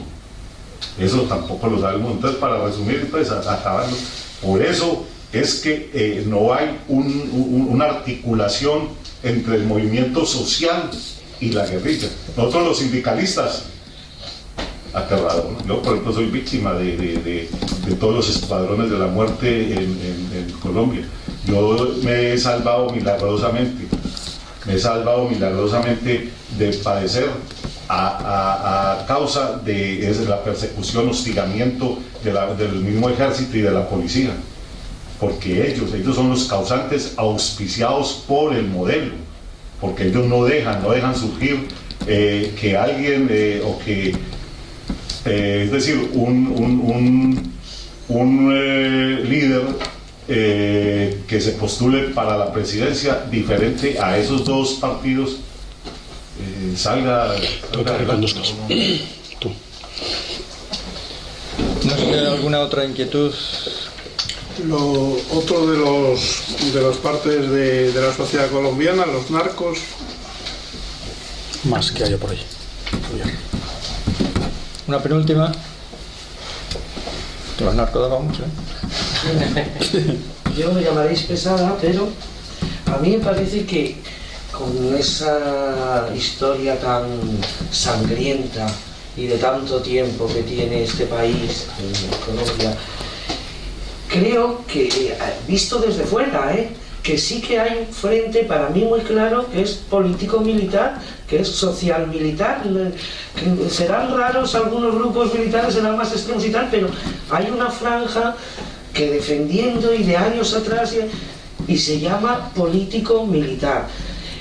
Los militares yo creo que jamás van a llegar a un acuerdo porque siempre tienen que vencer, pero político-militar se puede llegar a un acuerdo donde beneficie los que, si hay una retirada de armas con una pacificación, con beneficios de la gente, que no se la pase la vida en la cárcel, todas estas cosas que se ha hecho con algunos, se podía negociar de ese estilo, si no excesivamente juntos, tampoco excesivamente separados, porque claro, os matan cuando habláis, pues alguien tiene que responder un poco también de otra manera, ¿no? O sea, no está tan... No lo sé, pienso que aunque haya grandes diferencias, el frente es entendible que sea político-militar, o yo lo veo, y que la negociación tendrá que ser dejar armas con los derechos sociales, con garantías para que los que las tuvieron y con garantías para los que se expresan políticamente. Bueno, dos preguntas colaterales, no, pero bueno. En las multinacionales, China está introduciéndose mucho tanto en América como en África. Si en Colombia pasa algo por el estilo. Y luego, bueno, pues ya que habéis sacado el tema de Venezuela, pues nada, pongo ahí sobre la mesa la cuestión. Sois vecinos, ¿cómo lo veis? ¿Qué implicaciones tiene para Colombia? Ya digo que son dos cuestiones colaterales, pero bueno. Hidrochina está con una construcción de hidroeléctricas. Pues yo intento contestar a algunos de esos temas, los compañeros seguramente lo harán también. El tema del narcotráfico. El narcotráfico es el negocio más rentable del capitalismo después de la fabricación de armas. No hay un negocio más rentable que coger 10 toneladas de acero y convertirlas en un tanque o en un avión. Y no hay un negocio más rentable que coger 10 toneladas de coca y convertirlas en 20 kilos de polvo, de hoja de coca, y convertirlas en 20 kilos de polvo. Eso es rentabilísimo. Pero ese no es un negocio solo en Colombia. Ese es un negocio aquí también. Y estoy seguro que muchos equipos de fútbol, aquí en España digo, la mejor liga de fútbol del mundo, tienen detrás dinero de narcotráfico. Estoy absolutamente seguro porque... normalmente los grandes negocios se entrelazan y el negocio del fútbol es un negociazo tremendo, y el negocio de las armas y el negocio del narcotráfico y otros negocios siempre tienen una hilazón muy delgada. Por lo menos en Colombia algunos equipos de fútbol estaban metidos en el tema de la mafia y a su vez tenían expresiones políticas y a su vez controlaban territorios y a su vez eran un ejército. El conflicto con el narcotráfico aparece dentro del sistema es cuando los viejos ricos se pelean con los nuevos ricos, porque estos nuevos ricos huelen mal, son muy horteras y llegan con más poder que yo, que soy dueño de banco desde hace 200 años y nieto de gente muy guay que ha estudiado en Londres y en París, y este viene aquí con mal olor y con unas cadenas de oro y encima me acojona con la pasta que trae. La pelea entre narcotraficantes, entre la vieja burguesía banquera, especuladora, latifundista, y la nueva burguesía con enorme capacidad de compra y con una cultura chabacana. Y entonces la pelea entre ellos ya no es económica, porque la mafia colombiana se tragó al país. Pablo Escobar dijo: pago la deuda externa y que Estados Unidos y el Fondo Monetario se la metan por donde les quepa. Su recetario, dijo, el recetario que ponían. Recetario que, entre otras cosas y paréntesis, Venezuela no lo acepta, porque Venezuela pagó la deuda externa con el petróleo. Y a Venezuela no le hacen como a España, que es que le llegan con un recetario y aplica esto, o te apretamos los que sabemos. A Venezuela no le pueden hacer eso, porque Venezuela no le debe una pasta duro a nadie. El tema del narcotráfico es un tema de soberanía nacional, que es donde quiero llegar. Si Colombia produce pasta de coca, como Bolivia o como Perú, esa es una parte del negocio. En el norte hay otra parte del negocio, que es el tema del consumo, y es donde se monetariza el negocio. Entonces, el tema del narcotráfico incide en el conflicto colombiano de manera absoluta, total. Incide. Porque el Estado colombiano tiene una ventanilla siniestra en el Banco de la República, y se llama así, compañera, ventanilla siniestra, en donde se permite una suerte de amnistía fiscal a lo Rajoy, pero a lo bestia. ¿Tienes pasta en el exterior? Tráigala y la mete por esta ventanilla, se llama ventanilla siniestra, y legalizas ese dinero, puro narcotráfico. Existe en mi país, existe desde hace mucho tiempo, y gran parte de lo que ha hecho que la burguesía colombiana logre pagar los costos de la guerra tan enorme es la ventanilla siniestra. Colombia crece a tasas económicas superiores al 4% más que el vecindario, por la extracción de materias primas y por la pasta del narcotráfico. ¿Dónde está el problema con el narco? El problema con el narco es, en mi opinión, de dos órdenes. El problema ético. La burguesía que va de santa, ¿no?, tan demócratas ellos y tan limpios en sus negocios, a mí no me deja de dar una sonrisa, porque veo a la hermana del rey esta mañana en tribunales aquí, por negocios no santos, por pasta del Estado, mucha pasta, en sus bolsillos, reales bolsillos. Y allá, porque muchísima pasta del narcotráfico ha financiado campañas políticas y campañas de exterminio. Ahora bien, el tema es ético. El tema es que ni Europa ni Estados Unidos le pueden imponer a los colombianos, y lo están haciendo, cómo combatir el narcotráfico, mientras aquí los banqueros se benefician del negocio del narcotráfico. Entonces allá nos bombardean con un veneno prohibido en el mundo, que es el glifosato, y aquí no bombardean los bancos. Entonces es una relación absolutamente desigual, nos siguen dando un trato de colonia. Si el narcotráfico, si la drogadicción es un problema la producción, es un problema el consumo. Pero no ataquen solo la producción, porque eso jode el que exporta la materia prima, pero no resuelve el problema de salud pública aquí. Y Estados Unidos es un absoluto hipócrita en el manejo de ese asunto. Ahora, que el tema del narcotráfico atiza la guerra, sí, porque por ejemplo los paramilitares son en este momento el aparato militar de los narcotraficantes, de los carteles en Colombia, que no desaparecieron con la muerte de Pablo Escobar, que se han convertido en carteles más chicos y más discretos, pero igualmente poderosos, o más. El narcotráfico le ha servido al Estado colombiano en bandeja el dinero y la tropa necesaria para hacer terrorismo de Estado. Aquí alguien se escandalizó porque dijo que en alguna época en España había gente con las manos sucias de cal, o algo así, escuché por ahí en la radio. Yo sé a qué se refiere eso y no me voy a meter en casa ajena. Pero allí las manos están sucias de polvo y de sangre, polvo de coca, a lo bestia. Y en Estados Unidos también. En Nicaragua acabaron con la revolución a punta de narcotráfico en Irán, el escándalo Irán-Contras. O sea, el narcotráfico ha sido utilizado para hacer contrarrevolución. Y en el caso colombiano, excusa para intervención militar de Estados Unidos. Y voy respondiéndote en tres niveles. El tema de consumo, el tema del comercio, el tema de la injerencia militar, teniendo el narcotráfico como excusa. Y podríamos ahondar más en eso, pero no me quiero alargar. Simplemente el problema de narcotráfico es muy jodido porque él por sí solo genera la suficiente dinámica económica para mantener cualquier guerra. Las legítimas y las que no. Lo que quieras. O sea, es tanta pasta, es muchísimo dinero, que con narcotráfico haces y deshaces. Y no es desde luego un asunto colombiano. El problema del consumo de drogas en Colombia es menor que el que veo en algunos países que conozco. Se produce, pero la gente no está muy bien a la hora. Además, pues, digamos que yo a veces creo que el tema del narcotráfico algunos estados lo aceptan porque incluso permite minar a ciertos movimientos sociales por la base y dejan que eso avance. Así fue con el whisky en los barrios negros de Nueva York y de Washington en su época. Así me cuentan que pasó en una comunidad autonómica vecina en otras épocas, con el caballo y otras cosas, y bueno, pues cada quien lo ve de un modo, pero nosotros lo vemos muy claro. El narcotráfico no tiene solución solo en Colombia. Usted puede fumigar a los campesinos y a los indios y sus cultivos. Eso no resuelve el problema del consumo.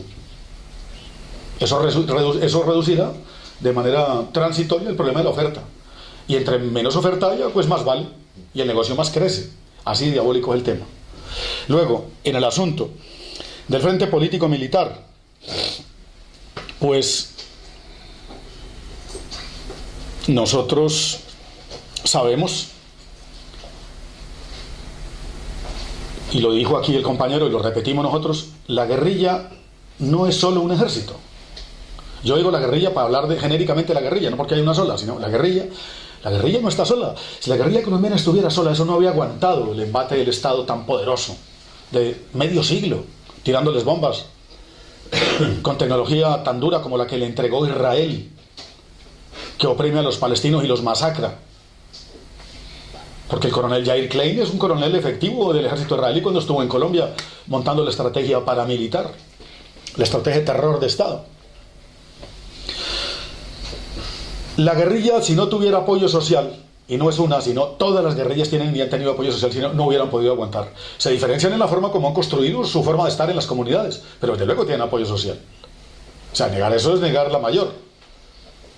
Pero donde está, me parece a mí, el asunto es que nosotros tácticamente como movimiento social no pretendimos nunca construir una vanguardia político-militar. O sea, ni los sindicatos, ni la organización campesina, la indígena mucho menos. Nos pretendimos la construcción de una suerte de frente popular de guerrilleros y de ciudadanos. Eso no se planteó en Colombia simplemente porque era impracticable. Tocó que la guerrilla se enmontara, lanzaron su propia táctica, el movimiento social lanzó la suya, de base tenían que había que transformar el país, y por el camino cada quien fue echando mano de la estrategia de la táctica que más le era funcional. La táctica de la guerrilla ha sido tomar el poder, la táctica del movimiento social ha sido sobrevivir al terror. Porque, y lo digo con mucha responsabilidad, lo que el Estado no fue capaz de hacerle a la guerrilla, se lo está haciendo al movimiento social. Y entonces nos cobran a nosotros lo que no son capaces de cobrarle por vía militar a los alzados. Y ese es un problema muy jodido de llevar. Porque tú tienes vamos a hablar en términos familiares, como una familia, tú tienes un hermano alzado en armas, y yo le salgo con bandera blanca, pero no puedes matar a este y me vienes a joder a mí. O sea, conmigo dialogue como civil, pero no viole el derecho de distinción en la guerra, que es el principio de distinción entre combatiente y población civil. Ahí abogados españoles han tenido un papel nefasto, porque le han enseñado a Colombia una vaina muy perversa que se llama la teoría del entorno. Creo que sabes a qué me refiero, porque te veo una mujer muy informada. La teoría del entorno es aquella que permite apresar a los que son combatientes y a los que piensan como ellos, aunque no lo sean. O sea, equiparando el alzamiento al pensar igual. Y entonces hay el delito de opinión. Lo digo por una comunidad vecina de esto, en donde se castigó el delito de opinión, y aquí es socialmente aceptado. Piensas como ellos, eres como ellos, pero no estoy alzado, da igual, delito de opinión y al talego. Pues nosotros nos hemos rebelado contra eso. Yo tengo derecho de pensar que mi país ejerce una dictadura social y política, y que yo me enfrento a eso civilmente, pero no me confunda con guerrilla, porque me va a justificar dar plomo. Y si haces eso conmigo es terror de Estado. Y termino diciendo, esas dificultades las ha introducido el aparato político, social y militar de Estados Unidos en Colombia. Y es una forma de intervenir muy perversa, porque hace que se confunda el aparato militar con la sociedad del contorno, con la sociedad que está alrededor. Y si no se distingue eso, pues mira, las consecuencias están en este informe y en los dos anteriores. Nosotros abogamos por el principio de distinción. Yo puedo pensar como la guerrilla, vestirme como guerrillero, pero no soy combatiente. ¿Tengo derecho a eso o no en una libertad de un Estado democrático? Ahora, si yo no puedo opinar porque coincido con no sé quién, tendré que revisar primero qué es lo que no se puede hablar aquí. Y es que están llevando a los pueblos a una situación de mordaza de facto. Hay temas impronunciables, temas tabú, palabras que no se pueden nombrar sin meterte en un lío enorme. Pues nosotros no nos resignamos a eso a pesar del terror. Desde luego que es muy difícil construir un frente político-militar. Pero ese frente político-militar en Colombia existió. Fue la coordinadora guerrillera Simón Bolívar. Y esa coordinadora guerrillera le metió golpes estratégicos al Estado. Y se desarmó porque la izquierda tiene la peculiaridad de que cuando va ganando encuentra el puntico y la piedra de toque para desunirse. O sea, eso es una vaina endémica que no sé yo cómo la vamos a resolver, pero así somos. Entonces, somos tan puros y tan limpios que el compañera de izquierda que tal lado tengo que buscar como diferencio de ella para ser más que él. No podemos entender que somos iguales en la diferencia y no aceptamos eso. Entonces la pelea es ¿cuántos son ustedes, cuántos somos nosotros? Y si el tema no es de número, ¿cómo te vistes o cómo me visto? Y hay que diferenciarnos. Y llevamos el tema de la identidad al punto del exterminio. Pues lamento mucho decirlo así de brusco, pero es que a nosotros nos cuesta la vida llegar a diferenciarse en una coma y en un punto. O sea, o hay unidad o no, porque es que el tema es que estos vienen en bloque. Un paquete económico, un paquete político, un paquete militar. No digo un frente político social, un frente total. Y nosotros nos andamos diferenciando en cómo caminamos. Pues allí no es diferente. Y ya ves, cada quien negocia un asunto, el otro negocia otra vaina, el uno dice un pío, el otro dice pao. Y la población está en la calle haciéndose matar. No venimos aquí a dar ejemplo de nada, simplemente lo ponemos sobre la mesa. No digo que no hay valor. Un pueblo que está resistiendo 50, 60 años alzado en armas. 3 guerras en un siglo contra el imperio y contra la burguesía criolla. Por eso hablo así de fuerte. Pues estoy muy orgulloso de nuestro pueblo, de mi pueblo, de cómo resiste. Pero no somos santos, desde luego. Ni somos quienes para dar ejemplo, simplemente así estamos. Y frente al tema de las multinacionales y de Venezuela, pues nosotros eso lo vemos junto, todo revuelto. Las guerras tienen siempre beneficiarios, siempre las han tenido. Cuando Estados Unidos derrotó a España y le quitó Cuba, se benefició de una localización estratégica para desde ahí bloquear todo el Caribe, hasta el sol de hoy, porque nos recordaba ayer el embajador venezolano que todavía controla Guantánamo, y lo tienen como sitio de tortura para enfrentar a los cubanos, fuera de su territorio. Nosotros tenemos una pelea colonial tan enormemente larga y tan difícil de mover, que aún estamos colonizados en todo sentido, económicamente, socialmente, en la cabeza y en nuestros genes. Y no buscamos limpieza genética, simplemente buscamos una limpieza en la cabeza, para pensar, compañeros de autoridad indígena, cada quien desde su punto de vista, compañeros de las comunidades afro, compañeros como yo el mundo de los mestizos, mis abuelos eran chichas, y mi pueblo, de mis abuelos, fue exterminado por los curas vascos, que fueron los últimos que tuvieron allí. A los vascos les jode que lo diga, pero es verdad. Lo último que hubo en el territorio muisca fueron los curas vascos y le pusieron apellido a todos. Mi abuela no tenía nada que ver con los vascos. Y apellido Orozco, y ahí lo llevo yo. Y lo llevo con orgullo, porque no me queda otra. Pero yo creo que mi abuela podía ser de apellido Viento o Nube, o qué sé yo. Pero esos son los pueblos. Las grandes multinacionales llegaron a Colombia, como lo decía Darwin, duro en la época de Gaviria, en la apertura económica de los años 90. Abrieron el país al saqueo de las multinacionales, sin respetar a los pueblos que están ahí, ni a los convenios firmados por Colombia. El convenio 169 de la OIT, que obliga que cuando haces una operación de recursos naturales en territorio ancestral indígena reconocido por el Estado, hay que pedirles permiso, hay que hacer consulta. Se pasan por el arco del triunfo toda la normativa internacional que han suscrito, les imponen. ¿Quiénes? Todas las petroleras están en Colombia, todas las 7 hermanas, las 7 grandes están en Colombia.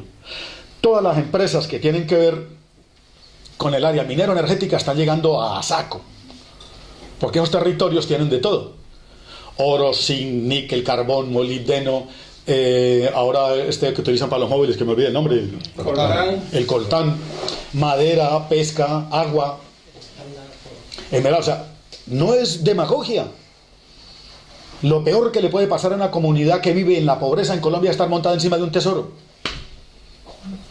porque va a pasar de la pobreza a la miseria y al exilio. Y entonces nosotros tenemos cuanta mierda de multinacional hay en el terreno energético, farmacéutico, de la química, del petróleo, de la energía, incluidas españolas: Repsol, Iberdrola, Fenosa, Endesa, vendida a los italianos recientemente. En el terreno financiero, ¿qué les voy a decir? En el terreno mediático, los que cuentan las mentiras aquí nos vayan allá. Prisa y Planeta, que controlan los medios de comunicación de Colombia y aquí también. Entonces este encadenamiento perverso en el que las empresas capturan el poder político y usted elige al que va a gestionar no los problemas de la población, sino al que va a gestionar los intereses de las empresas, es un lío para nosotros grandísimo. España está capturado por las multinacionales, y si no se han dado cuenta algunos, pues que la miren. Pero nosotros sí nos damos cuenta que estamos capturados por las multinacionales. Es un estado rehén del capital internacional, del capital financiero y de las empresas. Entonces, el problema es que en Venezuela ellos decidieron que no van a ser rehén de ninguna empresa. Y eso les tiene muy fastidiados y buscan a ver las cosquillas de Venezuela por dónde son. En Colombia exterminan a todo Cristo y no se dice nada porque las multinacionales están allí beneficiándose del terror. Entonces ahí tenemos una vaina muy jodida. ¿Están aplicando en Colombia los métodos que aplicaron en África? Sí. Sí.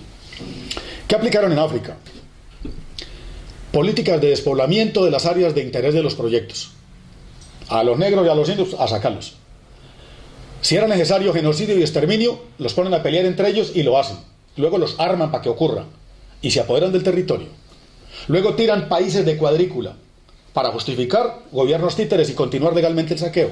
Y si no les gusta, pues entonces ya se encargan de buscar armas de destrucción masiva que no existen o cosas como las que vimos en la guerra de Irak. Inventos tienen, recursos los que quieras, pero ellos tienen muy claro a qué van.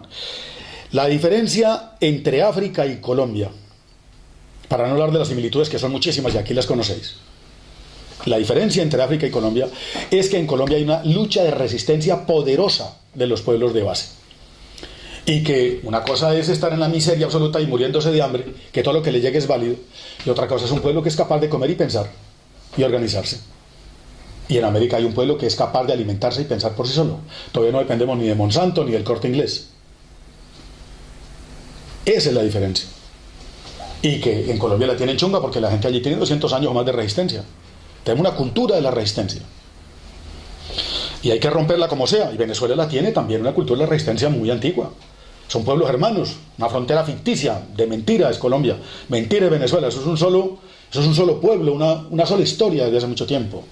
Pero como hay ahí líneas divisorias, de línea recta también, de miles de kilómetros, pues Venezuela allá, Colombia aquí, cada quien con su tragedia y cada quien con una cara distinta al mundo.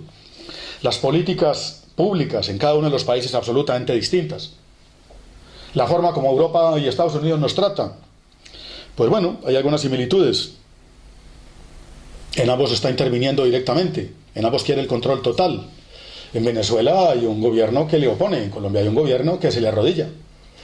Nosotros como pueblos pues nos vamos entendiendo bastante bien.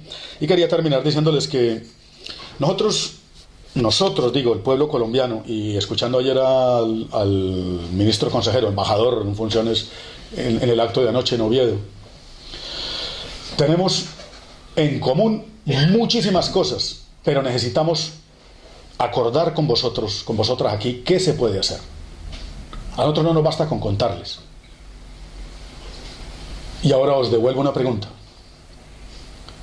¿Qué se puede hacer desde aquí para que se pueda romper un poco el bloqueo mediático que no permite que lo que ocurre en Colombia se muestre y que lo que se pasa en Venezuela se exagere para justificar una intervención?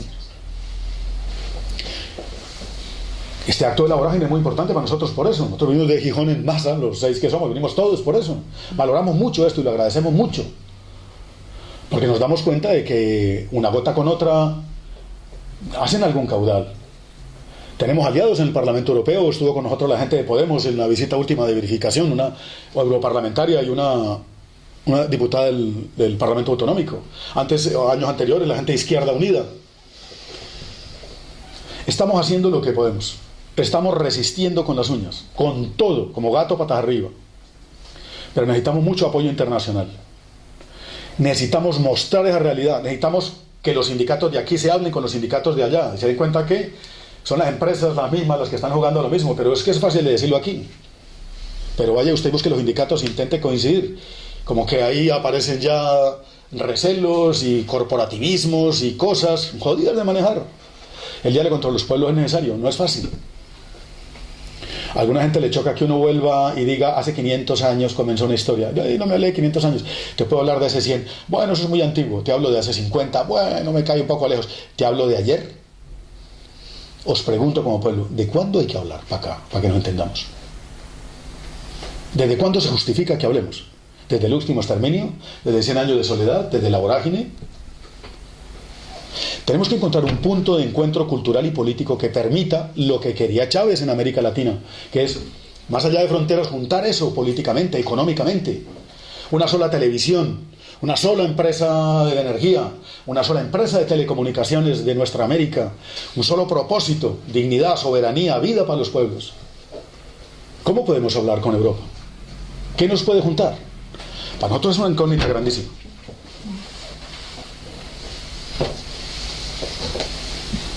Pues si os parece, ¿no? Se van a dejar ahí. Muchas gracias a vosotros. Yo